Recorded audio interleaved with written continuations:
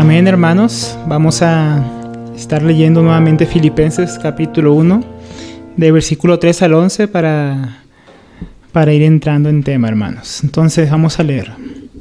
Dice: doy gracias a mi Dios siempre que me acuerdo de vosotros, siempre en todas mis oraciones, rogando con gozo por todos vosotros, por vuestra comunión en el Evangelio desde el primer día hasta ahora, estando persuadido de esto, que el que comenzó en vosotros la buena obra la perfeccionará hasta el día de Jesucristo. Como me es justo sentir de todo esto de todos vosotros, por cuantos tengo en el corazón y en mis oraciones y en la defensa y confirmación del Evangelio, todos vosotros sois partícipes conmigo de la gracia. Porque Dios me es testigo de cómo os amo a todos, vosotros con entrañable amor de Jesucristo.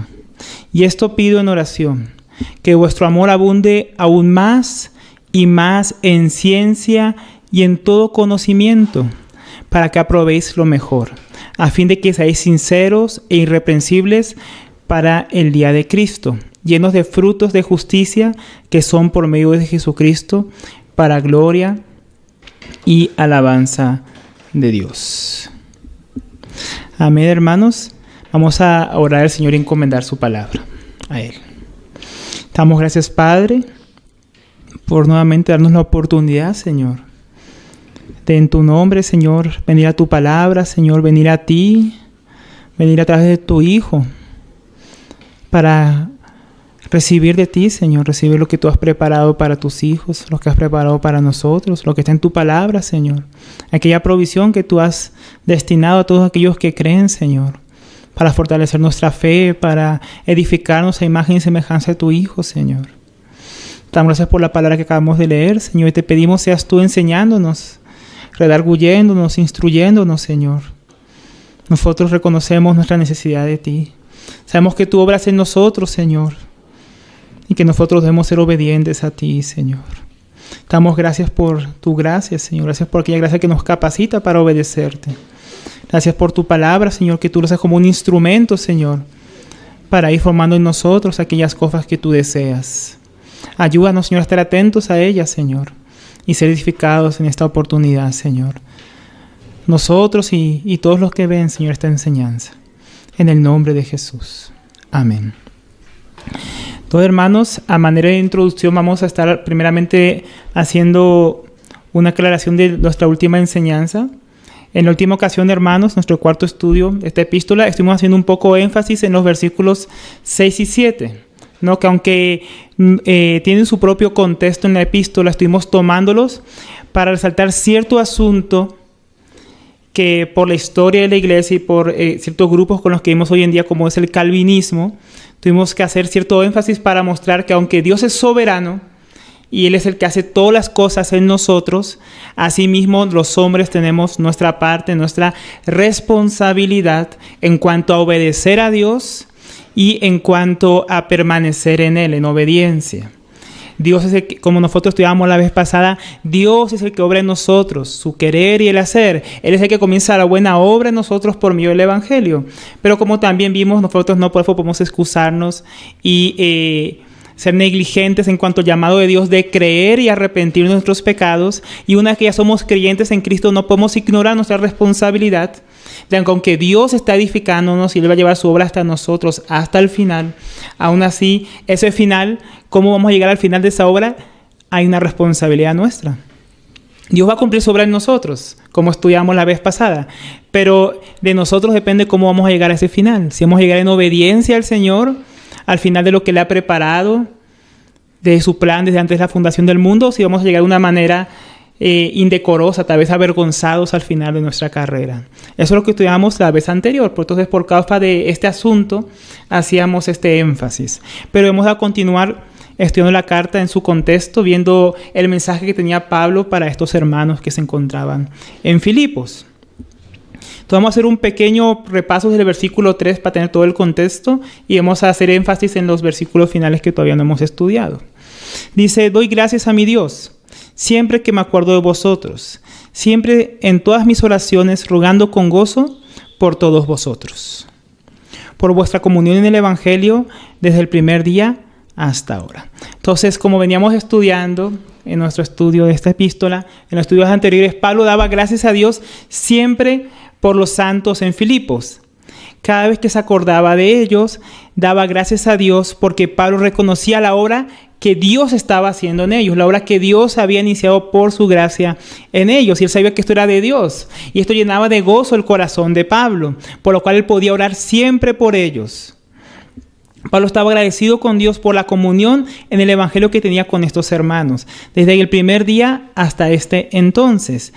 Pues como ya hemos venido estudiando, Pablo no solo había visto el obrar maravilloso de Dios en ellos, sino también había visto la respuesta de ellos a esta obra que Dios había iniciado en sus corazones. Había visto cómo ellos eran partícipes juntamente con él, no solamente en Tesalónica y en Corintios, como habíamos estudiado, que ellos habían aportado, habían dado, ofrendado para el avance de la obra a través de Pablo en estas ciudades, sino que aún estando Pablo preso en la cárcel, ellos no lo habían descuidado, sino que lo seguían ayudando.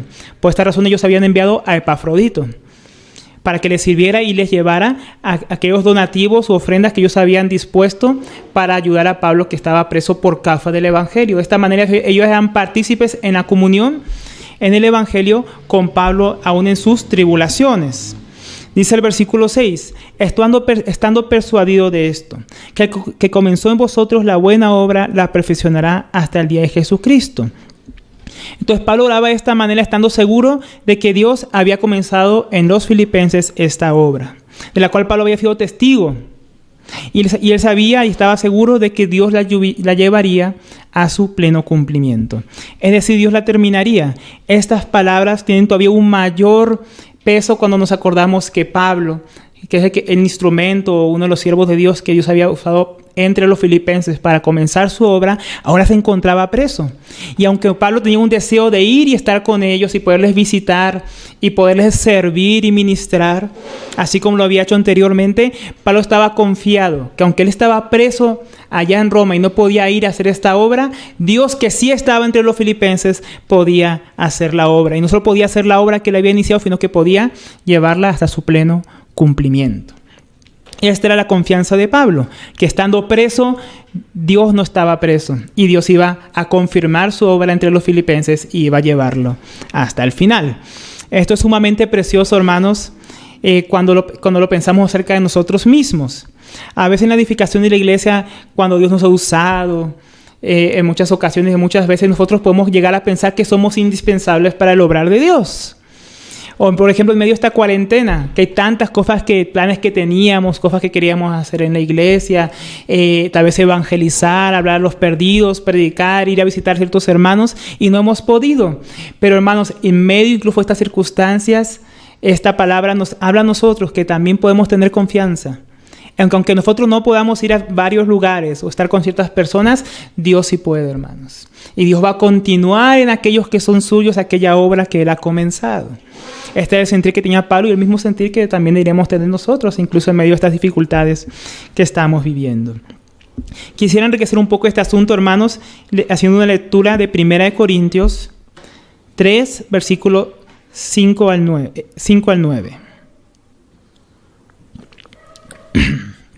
1 Corintios 3, versículos 5 al 9 dice, miren lo que aquí dice el apóstol Pablo. ¿Qué es pues Pablo? ¿Y qué es Apolos? Servidores por los medios de los cuales habéis creído, y eso según lo que a cada uno le concedió el Señor. Yo planté, Apolo regó, pero el crecimiento lo ha dado Dios. Así que ni el que planta es algo, ni el que riega, sino Dios que da el crecimiento. Y el que planta y el que riega son una misma cosa, aunque cada uno recibirá su recompensa conforme a su labor. Porque nosotros somos colaboradores de Dios, y vosotros sois labranza de Dios, edificio de Dios.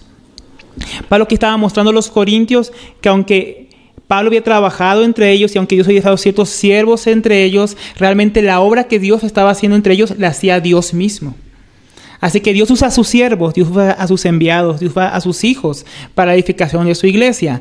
Pero estos hijos no son los que hacen la obra en sí mismos. Ellos fueron usados por Dios para esta obra. Pero el que realmente da el crecimiento, el que realmente hace la obra en cada uno, es el mismo Señor.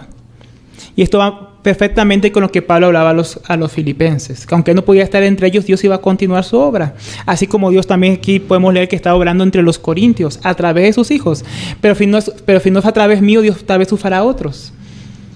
Hermanos, nosotros no somos indispensables en la obra de Dios. Dios quiere usarnos para su obra. Dios nos llama a ser responsables y ser partícipes de su obra. Pero nunca podemos pensar que por causa de este llamamiento santo de Dios somos indispensables. Porque el que realmente lleva su obra a cabo, el que dijo yo edificaré mi iglesia, es el mismo Señor Jesucristo. Y Él lo hace a través de sus hijos, de todos sus hijos. Todos aquellos que se disponen y son responsables en obedecerle. Entonces es una gran lección, hermanos, que nos deja aquí el Señor. De que podemos estar confiados en que Él va a continuar su obra, hermanos. Por ejemplo, uno podría pensar que el apóstol Pablo murió más o menos entre el año 67 y 68 de la era cristiana. Y uno podría pensar, ¿cómo iba a continuar la obra? Dios continuó su obra. Los apóstoles del Señor Jesucristo todos murieron. Dios continuó su obra.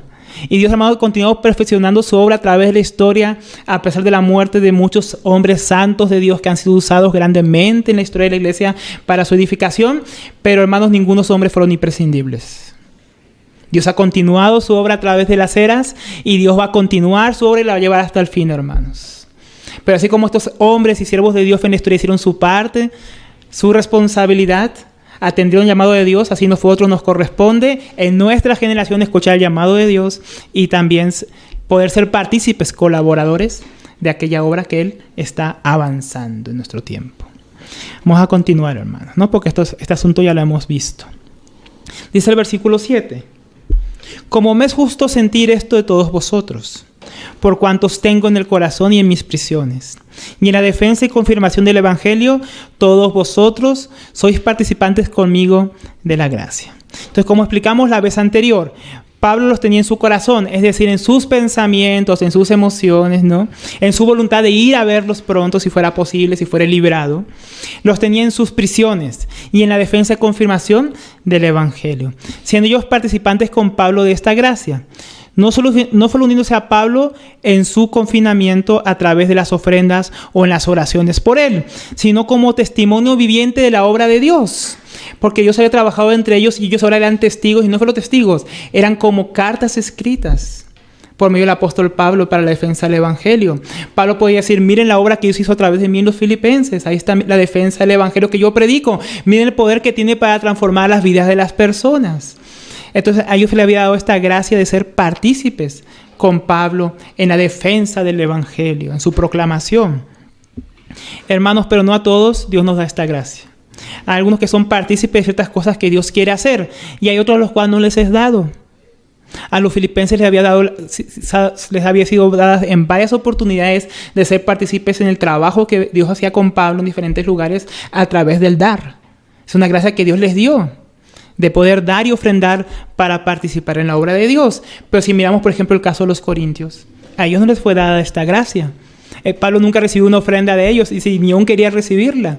A ellos no les había sido esta gracia por causa de su inmadurez. No es que Dios no nos quiera a todos dar la gracia de participar en su obra, hermanos. Pero la Biblia dice que Dios da a cada uno según su capacidad. Y a veces no somos capaces, hermanos, pero no es por causa de Dios. Dios nos capacita. A veces el mayor estorbo, como hablábamos la vez anterior, para el obrar que Dios quiere hacer entre nosotros, somos nosotros mismos. Nuestra propia inmadurez, nuestro propio corazón endurecido. Pero Dios le había dado esta gracia a los filipenses, de ser colaboradores con los hermanos, que Dios usa en el avance del reino, ¿no? Que Dios nos permite también a nosotros, hermanos, ser participantes, colaboradores del Señor y que Dios nos dé la gracia de participar en su obra. No a todos les es dada, Dios quiera que a nosotros nos sea dado esto, hermanos. El versículo 8 dice, porque Dios me es testigo de cómo os amo a todos, vosotros con el entrañable amor de Jesucristo. Ahora ya vamos a empezar a entrar más en el tema que vamos a profundizar hoy, hermanos, que veníamos repasando el contexto. Entonces ahora Pablo pone a Dios mismo como testigo de este amor que él tiene por los filipenses. Dios que es fiel y que no miente y que conoce las intenciones del corazón. Esto con el fin de hacer que los corazones de los filipenses, hacer eco en el corazón de los filipenses para las amonestaciones y exhortaciones que vendrían más adelante, afirmándoles que el amor con que los ama no es su propio amor como hombre o como podría amar uno en lo natural, sino el amor mismo y entrañable del Señor Jesucristo, que moraba en él para con ellos. Pablo les amaba con el amor de Dios. Qué importante es que nosotros también aprendamos a amar, hermanos. No con nuestro amor natural, sino como Dios ama. Qué importante que aprendamos esta lección, hermanos. De repente el apóstol Pablo, en su propio amor, en todos los sufrimientos que él estaba viviendo, estando encarcelado, hubiera pensado en sí mismo más que en los hermanos. Pero en el amor del Señor, más que pensar en sí mismo y en su condición en la cárcel, él pensaba en el resto de la iglesia. Él pensaba en este caso en los filipenses. Y oraba por ellos, rogaba por ellos, los recordaba. Ese amor, hermanos, es muy difícil encontrarlo en un ser humano, por no decir imposible, en su estado natural. Tiene que ser el mismo amor de Dios que ha sido depositado por su Espíritu en nuestros corazones para podernos amar de esta manera, primeramente a Dios y a los hermanos. El Antiguo Testamento nos habla del amor al prójimo, de amar al prójimo como a nosotros mismos. El Señor llevó esto aún más lejos en su nuevo pacto. Si leemos, por ejemplo, que leíamos la vez pasada en Juan 15, versículo 12, dice: este es mi mandamiento, que os améis unos a otros. Bueno, eso no era muy nuevo, había que amar unos a los otros, pero miren el cambio que hace el Señor. Ya no es como a nosotros mismos. Dice: como yo os he amado. Miren el cambio y la mudanza que hace aquí el Señor, como el Señor exalta y hace un mandamiento más sublime que el anterior. Dice: esto es imposible para el amor natural. Llegar a amar unos a otros, incluso como nosotros mismos, ya es bastante difícil para el hombre natural. Imagínense amarnos unos a los otros como el mismo Señor nos ha amado. Qué cosa más tremenda. ¿Cuánto menos amar con un amor natural de esta manera si Dios nos lo manda? Qué difícil, ¿no, hermanos? Es importante resaltar cuando hablamos del amor de Dios que no es un amor emocional simplemente, que solamente es emociones. Aunque las emociones puedan acompañar el amor de Dios es más que esto. Mas si hablamos del amor de Dios por su iglesia, es más que el amor que tienen los hombres unos por los otros en sí mismos. Ayer un hermano nos preguntaba, cuando estábamos con unos hermanos enseñando, nos preguntaba: ¿cómo yo sé que amo a Dios? Porque yo no tengo una emoción, un sentimiento como unas mariposas dentro de mí. Y a veces pensamos que esa es la manera en que tenemos que amar a Dios. Él decía: yo obedezco a Dios, hago lo que Dios manda, le sirvo, pero no siento esas mariposas. Y nosotros hablábamos con la hermana, que Jesús dijo: si me amáis, guardaréis mis mandamientos, guardaréis mi palabra y permaneceréis en ella. Que aquí mismo lo dice también en Juan 15.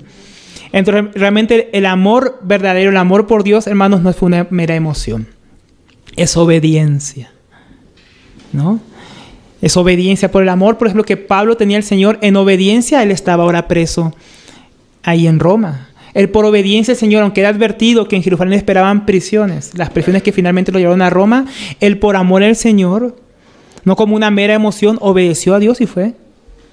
Por amor al Señor, él había ido a Filipos en vez de a Bitinia, obedeciendo el mandato del Señor. Hermanos, el amor es obediencia, el amor verdadero.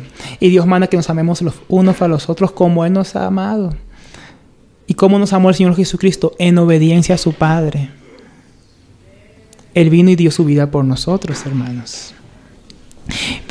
Miren lo que nos dice Romanos 5:8. Mas Dios muestra su amor para con nosotros en que siendo un pecadores, Cristo murió por nosotros. Hermanos, Dios nos habló desde el cielo, porque muchos hoy quisieron escuchar la voz desde el cielo, y si escucháramos la voz de Dios, creeríamos. Si Dios nos dijera que nos ama, creeríamos que nos ama. Pero ¿qué dice la Biblia? La Biblia dice que el Señor de los cielos habló y dijo: los amo, y se quedó en su trono.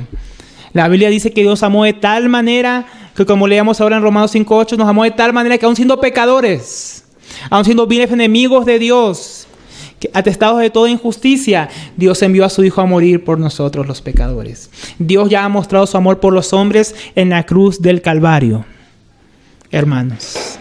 Y esa es la misma forma en que Dios nos manda a amarnos los unos a los otros. Primera de Juan 4:19 dice: Nosotros le amamos a Él porque Él nos amó primero. Entonces, en cuanto al amor de Dios, que primeramente se debe a Dios antes que a los hombres, podemos amar a Dios porque, como leíamos ahora, Dios nos amó primero. Y nos amó entregando a su Hijo por nosotros. Entonces, en cuanto al amor a Dios, podemos llegar a amarle a Él, hermanos. Sobre todas las cosas, no por nosotros mismos, sino por la obra que Dios ha hecho en nuestros corazones, por la primera y gran obra magnífica que Dios hizo al enviar a su Hijo a dar su vida por los malvados, por los impíos, levantándole a los muertos para dar vida a todo aquel que crea en Él y se arrepienta de sus pecados. Qué tremendo amor tiene Dios por nosotros, y así Dios nos manda amar. Por eso también 1 Juan 3:16 dice: en esto hemos conocido el amor. ¿Quieres conocer el amor de Dios? En esto lo hemos conocido, en que Él puso su vida por nosotros. También nosotros debemos poner nuestras vidas por los hermanos. Hermanos, el mismo apóstol Juan que fue el que escribió el Evangelio de Juan que leíamos ahora, que escribió las palabras del Señor Jesucristo, de que debemos amarnos los unos a los otros como Él nos ha amado. Miren cómo lo entendió Él, que como el Señor puso su vida por nosotros, nosotros debemos poner nuestra vida por nuestros hermanos. Esto no solamente puede referirse a dar la vida en el sentido de morir para salvar a otros, sino en el sentido de arriesgar nuestras vidas, nuestra propia alacena a veces, para compartirla con el hermano que no tiene que comer.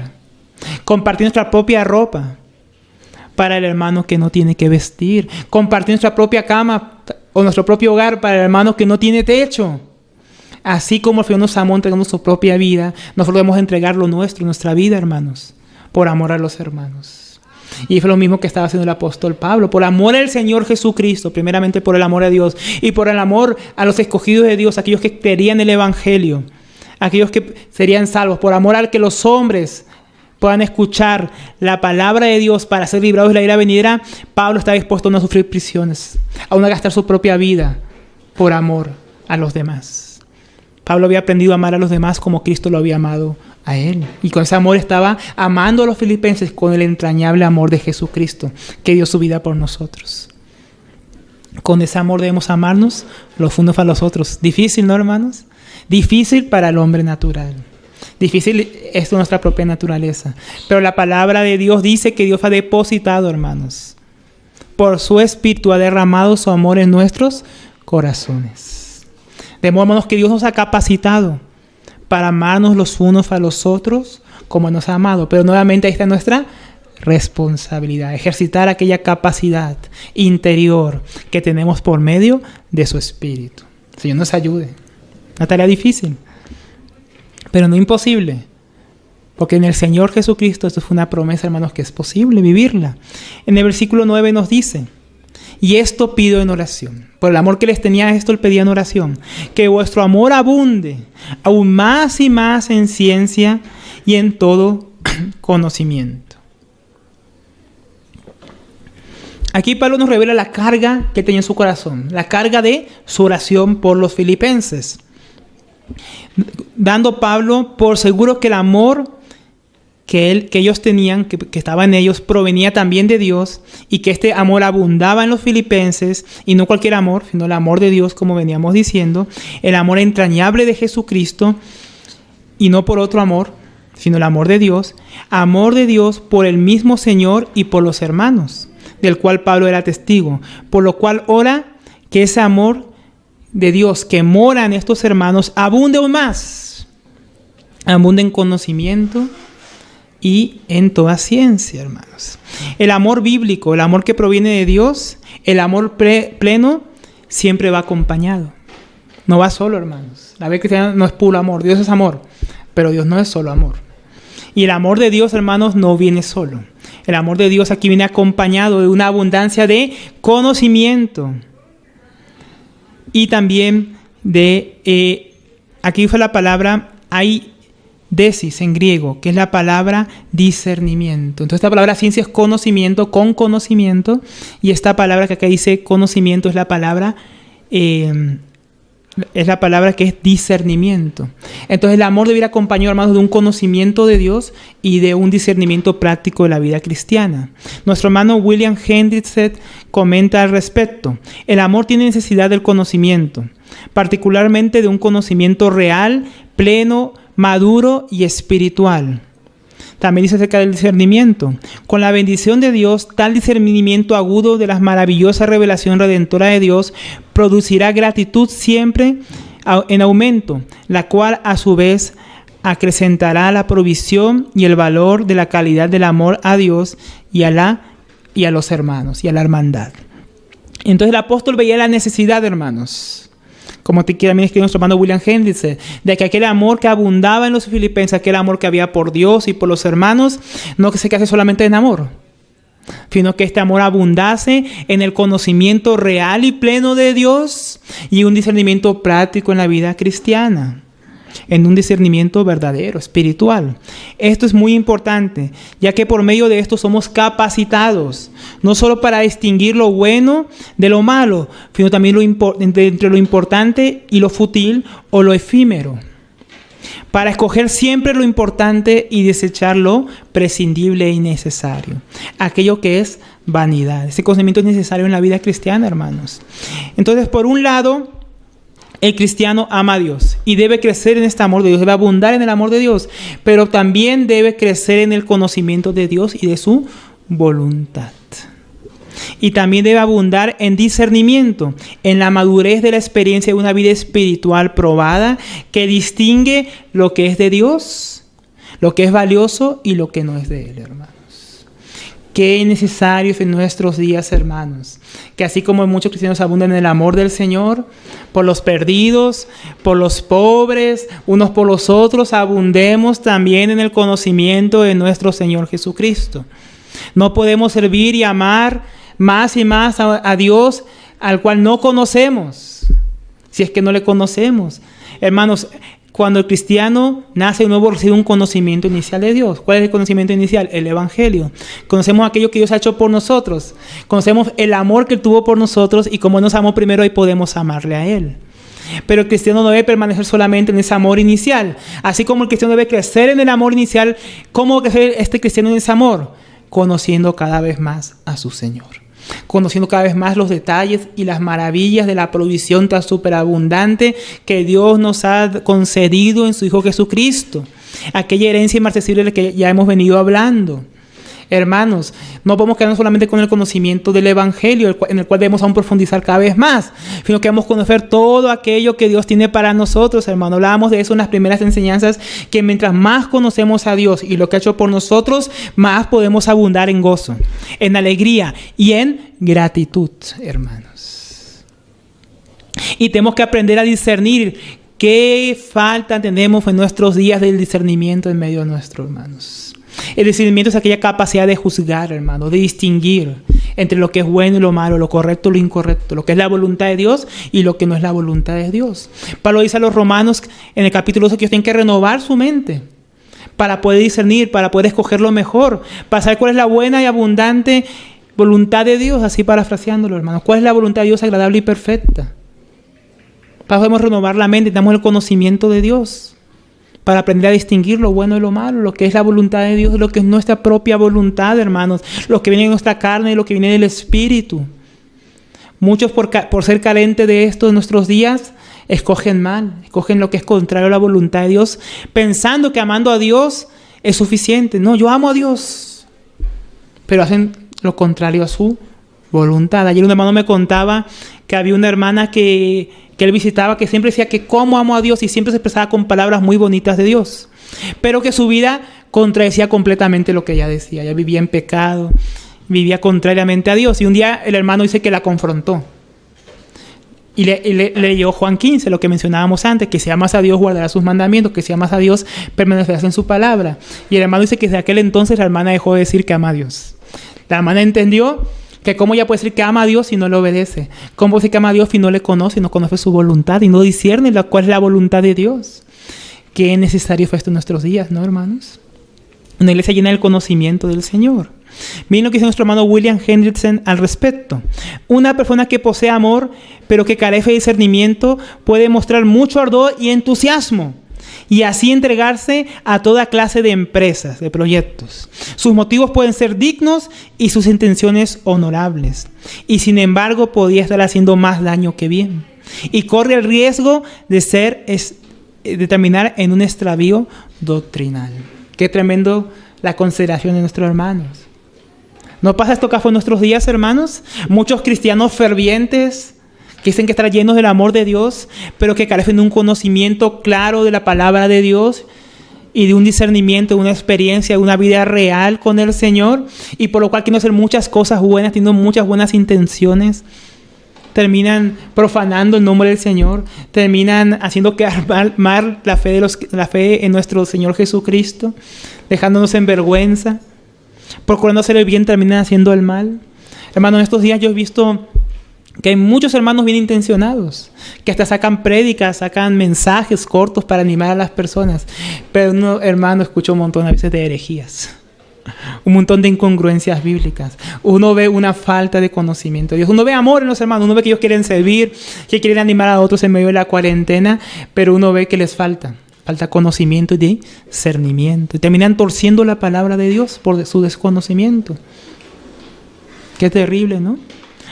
El apóstol Pedro decía que aquellos que leían los escritos del apóstol Pablo los torcían. ¿Y por qué los torcían? Porque eran indoctos, inconstantes. No tenían conocimiento de la palabra de Dios por su inconstancia. ¿Qué es lo que significa indocto? Sin conocimiento, sin alguien que no es experto, no es letrado en cierto asunto. Hermanos, cuando nosotros hablamos lo que no sabemos, aunque tengamos una muy buena intención, podemos terminar haciendo mucho daño. Empezando por nosotros mismos, a nuestra propia familia y a aquellos que son oyentes. Nosotros debemos considerar mejor callar antes de que hablar de las cosas que no conocemos, que no sabemos. Pero no solamente debemos callar, podemos ir y buscar aquel conocimiento de nuestro Dios y abundar en Él. Que ese amor nos lleve a querer conocer más a aquel que nos ha salvado.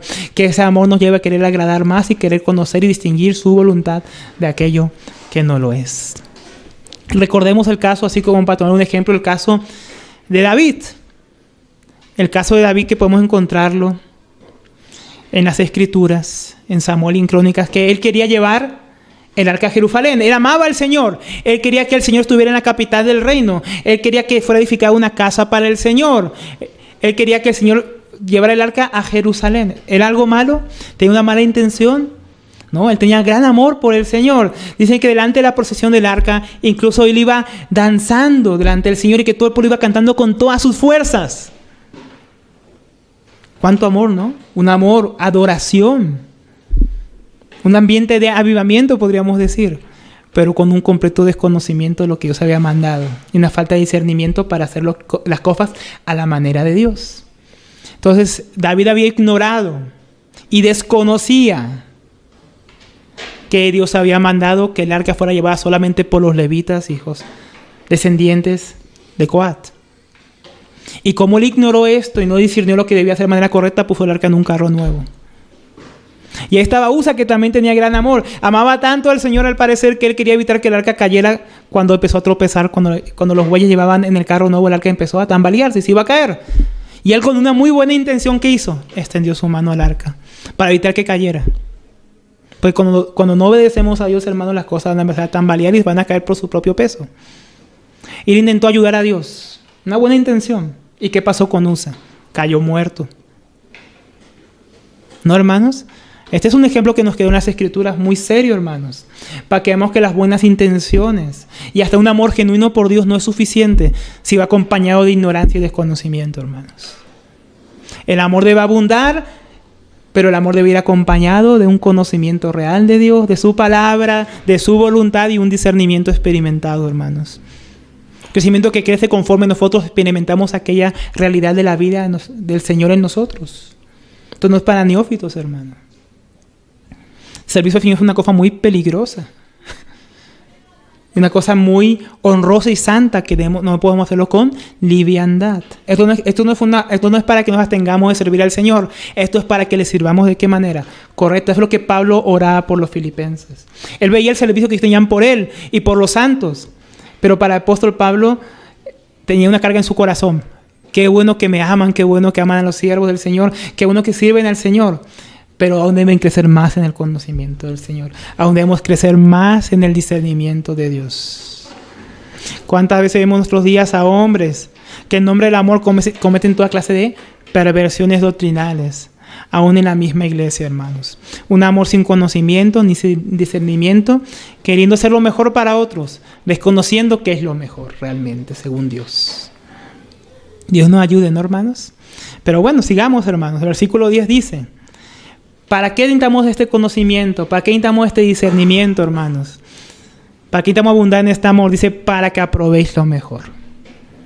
Esto no es para cualquier cosa, hermano. Aquí no dice para qué el apóstol. A fin de que seáis sinceros, irreprensibles en el día de Cristo. Entonces necesitamos del amor de Dios en abundancia, con todo conocimiento y discernimiento para aprender a escoger lo mejor, lo importante de sobre lo trivial, hermanos, lo que es del espíritu en lugar de lo que proviene de la carne o del mundo. Y como decíamos, para que este amor no sea insuficiente en sí mismo, se quede solo en amor, sino que este amor sea un amor práctico y que sea expresable de una manera que agrade a Dios. Mientras que el amor nos da la intención correcta, hermanos. El amor es la intención correcta para servir a Dios. Los cristianos no servimos a Dios por miedo, no servimos a Dios por causa de la ira venidera, porque ya nos ha librado de esto por amor. Si tú quieres una motivación en tu vida cristiana para servir a Dios, hermanos, que sea que Dios te ha amado a ti primero. Que sea que Dios te ha amado en su Hijo Jesucristo, morir por ti en la cruz, lo levantó a los muertos para darte vida eterna, lo ofendió a los cielos y Él vuelve, hermano. Que esto sea motivación suficiente para servirle toda tu vida al Señor. No necesitas más motivación. Cristo es suficiente. Entonces el amor por Dios nos da la verdadera intención sincera para servir al Señor. El conocimiento y el discernimiento que viene de Dios nos capacita para hacerlo de la manera más excelente, de la mejor manera para el Señor, la manera que Dios aprueba. Y esto es lo que Pablo pedía a Dios para los santos en Filipos. Y deberíamos pedirlo también para nosotros mismos y para los hermanos. Esto es lo que nosotros deberíamos pedir, hermanos, lo mejor.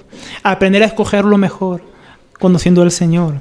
A veces pedimos por cosas tan pasajeras, hermanos, por nosotros y por nuestros hermanos, por los trabajos, por la salud, por la familia, por los estudios, por las empresas, por cosas que son necesarias, ¿no? Y que son lícitas pedirlas, hermanos. Pero si solamente nos quedamos en estas cosas pasajeras, si solamente nos quedamos en las cosas que hasta los gentiles, como dice el Señor Jesucristo, que los gentiles también desean, que ellos también piden, y no pedimos lo mejor, hermano, aquello que permanece para siempre, que es la voluntad de Dios para nosotros. Hermano, tenemos que enfocarnos no solamente en un beneficio temporal, perdiendo de vista las cosas mejores y eternas que Dios quiere y que pidamos para nosotros y nuestros hermanos, las cuales no solo serán de bendición para esta vida, sino para la vida eterna. Esa es la mentalidad con la que debemos orar. No estamos aquí diciendo, hermanos, que dejen de orar por los trabajos, por los estudios, por estas cosas, sino que por sobre estas cosas no dejemos de orar por las cosas que son realmente necesarias, hermano. Pablo podía orar por muchas cosas, por los filipenses. Pablo tal vez podía orar para que abundaran económicamente, para que dieran más ofrendas. Tal vez Pablo podía orar por ciertos asuntos de persecución que estaban viviendo ellos allá. Tal vez Pablo podía orar porque tuvieran una vida más cómoda en este mundo. Pero Pablo ora para que ellos abunden en el amor, y en ese amor abunden en el conocimiento y el discernimiento, a fin de escoger lo mejor, lo más excelente que tiene el Señor preparado para nosotros. A fin de que quitaran ellos su vista de lo terrenal y la pusieran en las cosas celestiales, que están donde está Cristo Jesús sentado a la diestra de Dios. A veces pedimos tan mal como dice Santiago. Dice que pedíamos para nosotros mismos, para nuestros deleites, y que pues no tenemos lo que pedimos. A veces todas nuestras oraciones se centran en eso, hermanos, en nuestros deleites, en aquellas cosas que codiciamos, que queremos. A veces son buenas, a veces son hasta malas. ¿Cuántas veces he escuchado orar a cristianos por cosas que son tan contrarias a la voluntad de Dios? Oh, Señor, vamos a cruzar la frontera ilegalmente. Haznos invisibles. Para violar la ley. Orando. Que no le damos un caso para predicar el evangelio, que le damos para ir a vivir a otro país. No, hermano, ore por nosotros porque mañana vamos a entrar ilegales. No, ore por mi hijo porque mañana va a hacer un negocio. Ese negocio es torcido, pero para que le salga bien. ¿Cuántas he escuchado esas oraciones, hermano? Especialmente a veces, lastimosamente, de las mamás, hermano. Escuché unas oraciones a favor de sus hijos que son tan contrarias a la voluntad de Dios. Hermano, eso solamente muestra nuestro desconocimiento de qué es lo mejor. Lo mejor es lo que Dios tiene preparado, lo mejor es lo que dice la palabra de Dios. Lo mejor es aquello que se encuentra en nuestro Señor Jesucristo, hermanos. Porque tenemos que conocer más a Dios y su palabra para orar mejor, hermanos. Orar pidiendo lo mejor.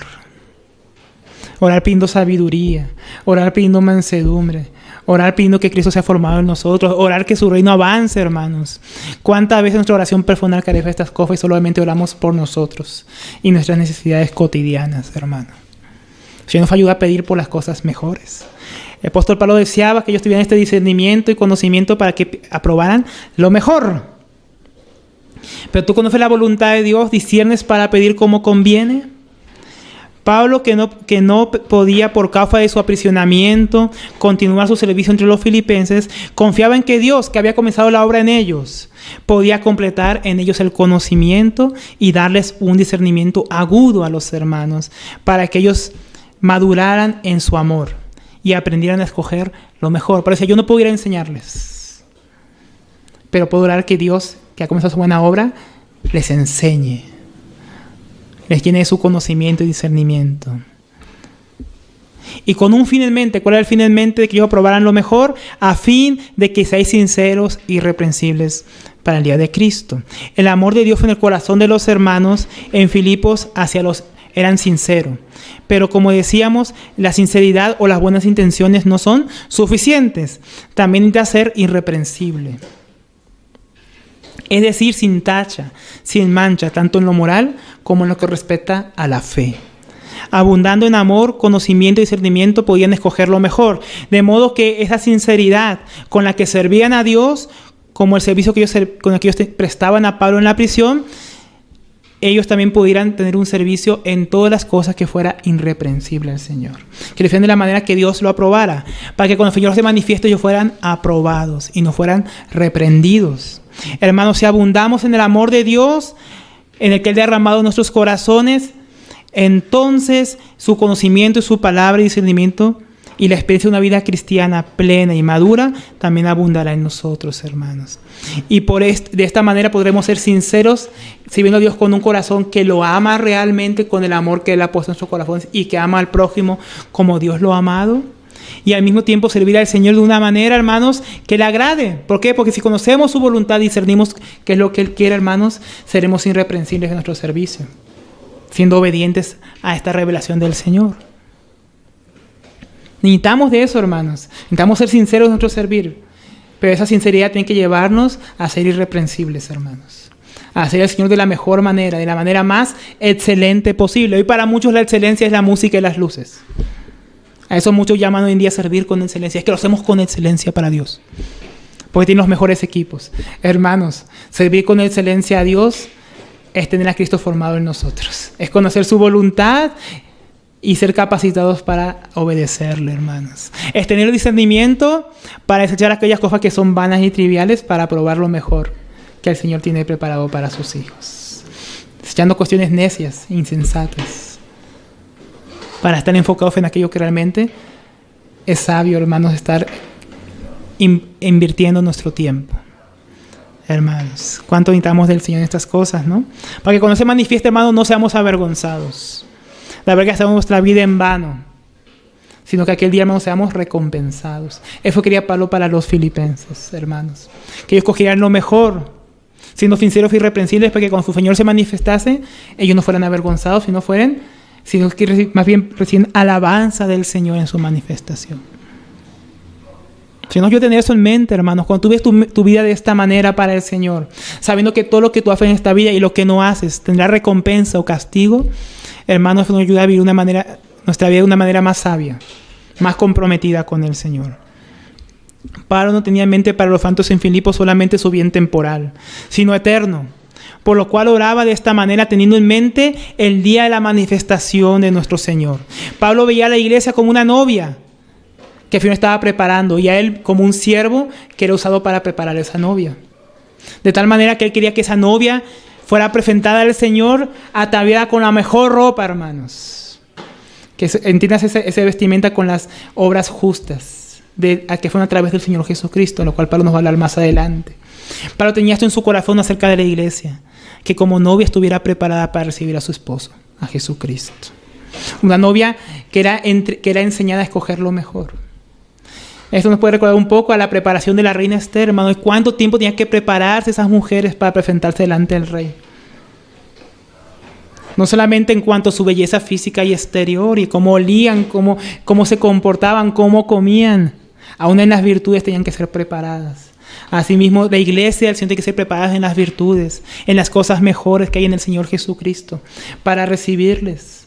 Bien vestidos y no desnudos y avergonzados, hermanos, con obras infructuosas de injusticia en nuestra vida.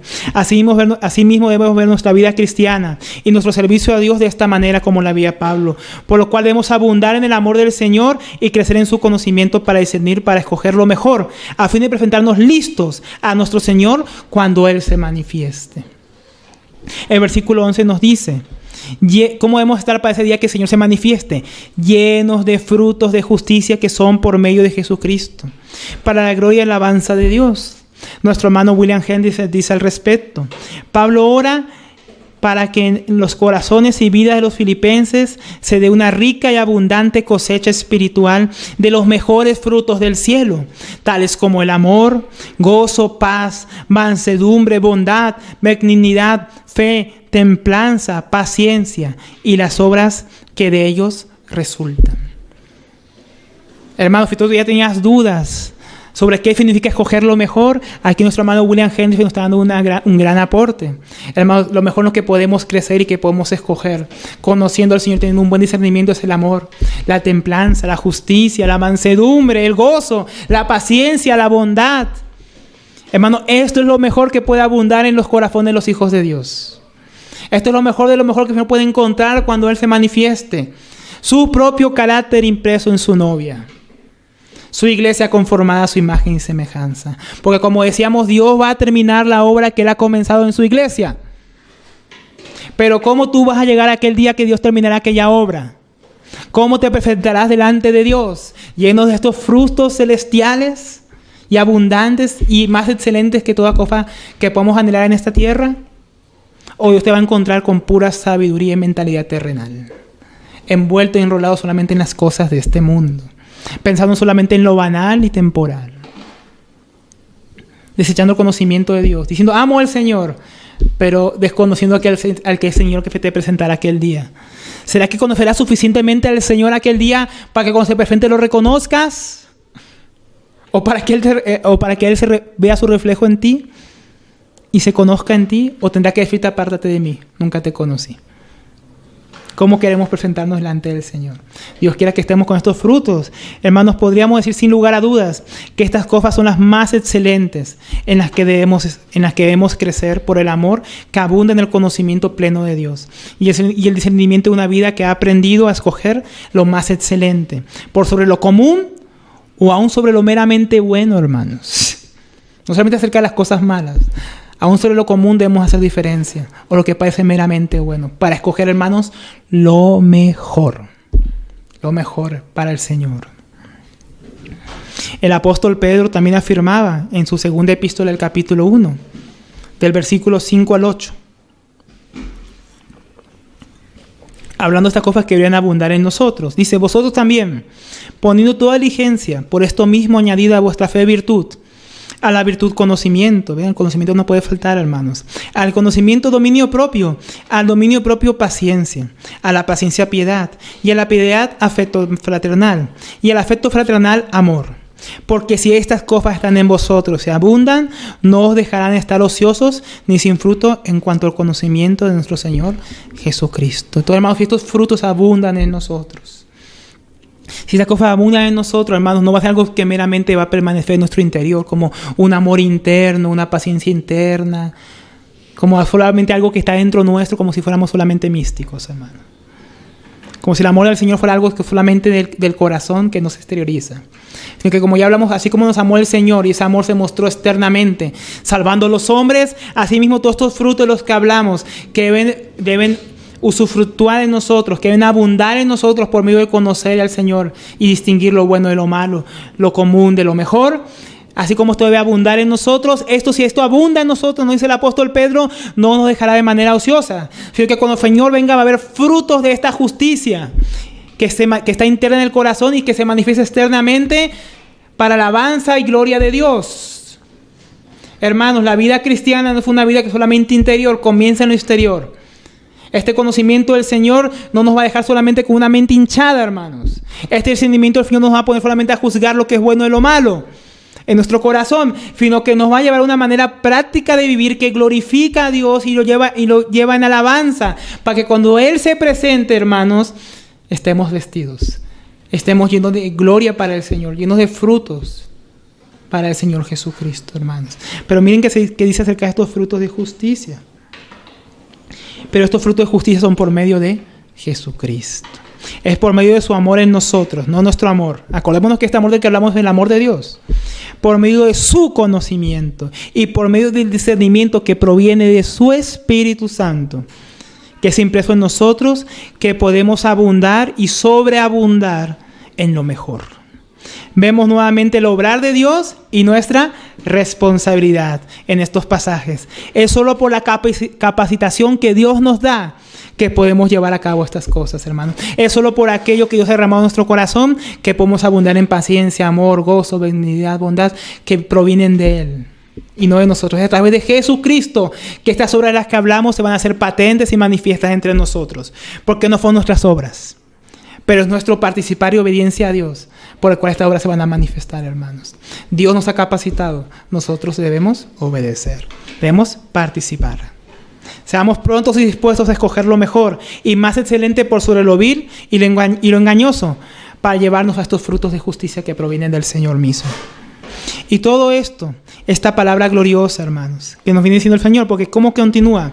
¿Todo esto para qué es, hermanos? Para la gloria y la alabanza de Dios, quien es engrandecido en medio de su pueblo, que le ama no solo de labios o de manera temeraria, sino un pueblo santo, instruido, lleno de conocimiento de Dios, capacitado para escoger aquello que le agrada y glorifica a Dios por encima de sus propias pasiones. Qué tremendo, ¿no? Es el pueblo que Dios anhela, hermanos. Un pueblo que ya no vive por emociones, un pueblo que ya no vive arrastrado por doquier, por todo viento de doctrina, un pueblo que conoce a su Dios, y el pueblo que conoce a su Dios se esforzará, hermanos, y actuará. Pero este conocimiento de Dios viene del mismo Señor que nos capacita, hermanos, para esta obra que Él ha comenzado en nosotros. Para ir terminando, veamos la explicación del mismo apóstol Pablo, más adelante en Filipenses 4:8. Acerca de esto de escoger lo mejor, de tener un discernimiento probado, de tener un conocimiento de Dios. Filipenses 4:8 dice: por lo demás, hermanos, todo lo que es verdadero, todo lo honesto, todo lo justo, todo lo puro, todo lo amable, todo lo de buen nombre, si hay virtud alguna, si algo digno de alabanza, en esto pensad. Pablo decía a los filipenses que si tienen que escoger pensar en algo, eran estas cosas, hermanos. Estas cosas las que habla aquí es lo mejor. Es lo mejor, hermano. No es lo normal, siquiera lo común. Estas cosas que aquí recomienda el apóstol Pablo para pensar es un filtro para todo cristiano. No solamente para lo que debemos pensar, porque lo que el hombre piensa, eso es lo que el hombre es. Si pensamos estas cosas, esto va a transformar lo que somos. Y si transformado lo que somos, también va a ser transformado lo que hacemos, hermanos. Debemos escoger pensar lo mejor, hacer lo mejor, obrar lo mejor. Y nuestra vida, hermanos, va a ser transformada para la alabanza y gloria del Señor. En cuántas cosas podríamos pensar o podríamos querer hacer aún por el Señor y el amor de su nombre, pero acá tenemos un filtro. Lo mejor en lo que podemos invertir nuestro tiempo y mente si hemos abundado por el amor en el conocimiento y discernimiento que viene de Dios. El Señor nos exhorta por su palabra que roguemos al Señor en oración, como lo hacía Pablo por los filipenses. Roguemos por nosotros mismos, roguemos por nuestros hermanos, pidamos las cosas que son mejores, que realmente convienen a nuestra vida, que es en Cristo Jesús.